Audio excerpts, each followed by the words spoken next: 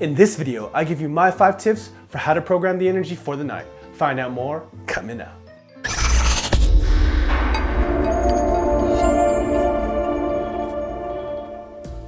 Thank you for watching PDot TV, where you'll find tips, tricks, and tutorials for DJs and music performers. Now let's get into the video. So I would say the number one thing that most new DJs don't really think about, and something you really learn along the way as you get more seasoned and more experience, is how to program the night effectively and correctly.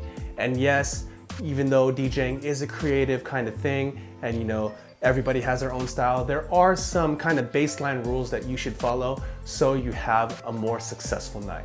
Number one would have to be know how long the night is going to be, because every city has different, last call times, as well as different venues have different times that they're, open to close. Some places you might start at 9 p.m. and you'll go till 1 a.m. Some places start at 10 p.m. and go till 4 a.m. So knowing the venue and knowing their hours is very important, because it gives you a baseline of where to take these people on the journey throughout the night. Number two would have to be know how long that your set's going to be, because if you're doing an opening shift or a closing shift or the headlining shift, you have to kind of think about these differently. For instance, if you're doing an opening shift and maybe that shift's just an hour long, you're gonna kind of have to ramp through songs pretty quickly. But if your opening shift is maybe 2.5 hours long, you get a little bit more time to tell a better story with your music, kind of take them on a little bit more of a journey, and kind of have them going up and down energy-wise, but still keeping that nice, beginning of the night warm-up energy going. And on the tail end of things, if you're doing a closing shift, and maybe that closing shift's the last 45 minutes, or maybe it's the last hour, you have to kind of know how to wind the night down. So not only are you, keeping the people interested in dancing, but slowly kind of pushing them out nicely with your music. And then most importantly, the headline section of the night, because depending on which city and which venue, just like the hours of the night, the headlining shift could be shorter or longer. For instance, a lot of times when I play in LA, maybe my set's an hour and a half long if I'm in that headline slot. But if I'm playing maybe in New York or I'm playing here in Vegas, my headline slot's gonna be at least 2 hours long. So my pacing as far as the music I wanna hit and how fast I wanna get to that music and which BPMs I'm gonna hit, I have to kind of time that to the length of my set. And it's something that I always keep in my mind as I'm going through my set. And number three would be one that I see a lot of new DJs get wrong, and that is keeping the energy at a 10 the entire night or the entire length of their set. Now, in theory, as a newer DJ, I get where they're coming from, because you want energy, you want the people going crazy.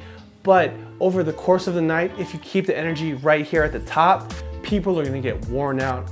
People are gonna get tired, not just physically from dancing, but mentally, their ears and their mind. If everything's at a 10 and you're not going up and down, changing things up again, you kind of lose the impact of that energy across the length of the night. So if the opening DJ is at a 10 at 11 p.m., by the time the headliner gets on at like 12:30, 1 a.m., and they're supposed to take the energy even higher, it's damn near impossible, if not just a really tough job, to get them to where they should be if the opener set them up correctly.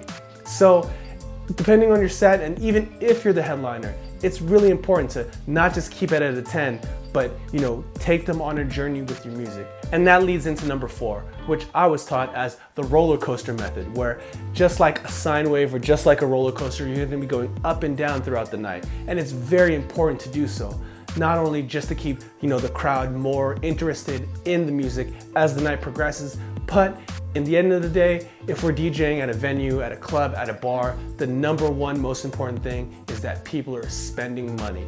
And the number one way to make sure people are spending money is to just take them high and drop off the energy a little bit, so they have time to maybe go grab a drink, or maybe go pour themselves another drink at the table, or order another bottle, and then take them right back up again when they're feeling that buzz and they're feeling the music and everything's like perfect at a 10, and just keep them up and down. I'm not saying go from like the hardest EDM, harder house stuff and just drop into like some slow R&B, but take them gradually up and gradually down a little bit. And as the night progresses, you are gonna, stay more at a 9 or a 10 for longer, and then dip down to maybe a 6 or 7 as far as energy is concerned for a shorter period of time, and just keep that lengthening and shortening going. So keeping this wave of energy, or this roller coaster of energy, and knowing how to lengthen and shorten the different sections is so important. And if you practice it and really keep an eye out on how the crowds are reacting and the music you're playing and the kind of music and the energy of the music you're playing,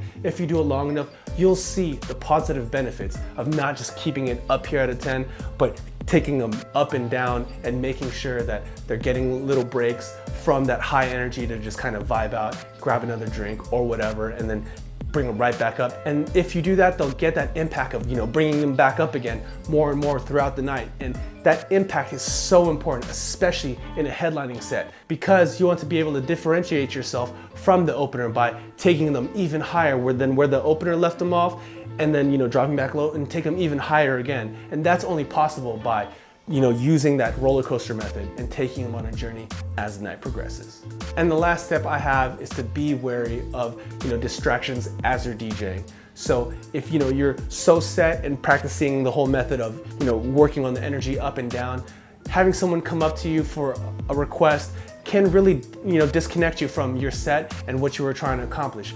Yeah, as DJs, it's up to you whether or not you want to take a request or not. And a lot of times I will take a request, or at least take the time out of a couple seconds to ask them what they want to hear. That doesn't mean I'm gonna play it, but I've done this long enough where I'll remember where I stopped thinking about my mix and reach out and know what this person's saying, and kind of think if I can fit that into what I'm trying to do, if it's gonna be now or later or not, or just straight up tell them no. There are times when I'm going through really quick mixes, and taking that time out to reach out to somebody and answer their question or think about their actual request really takes me out of my mindset, and it can really kind of damage you building the energy of the night. So my number one tip for that would be, if you're not really seasoned enough to take all these requests, maybe bring someone with you to kind of run interference and take those requests for you. And then when you have time, you can ask your homie, oh, what did they ask?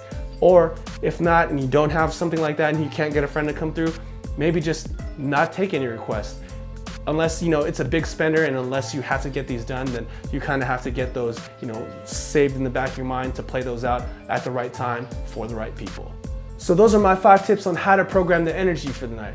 So question of the day, what are your tips on programming the energy for the night wherever you play? Go ahead and leave that down in the comments below. I'd love to hear what you guys have to say. And as always, if you found this video useful, please go ahead and give it a thumbs up. And if you haven't already, go ahead and click right here to subscribe to this channel. Or if you'd like to watch more content, go ahead and click on that video right there. And thank you for watching PDot TV, where you'll find tips, tricks, and tutorials for DJs and music performers. See you next time.